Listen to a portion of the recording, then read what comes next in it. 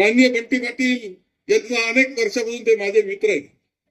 काम करण्याची पद्धत त्यांची मला माहिती आहे. महाराष्ट्रामध्ये असेल तर राज्यामध्ये असेल, विधानसभेत होते, विधान परिषद होते, मंत्री म्हणून होते. एक मनापासून काम करण्याची पद्धत त्यांची आहे. आज आपण पाहतो की कोल्हापूरचं काम करत असताना सुद्धा, राज्याचं काम करत असताना त्यांचा कालखंड निश्चित चांगला आहे.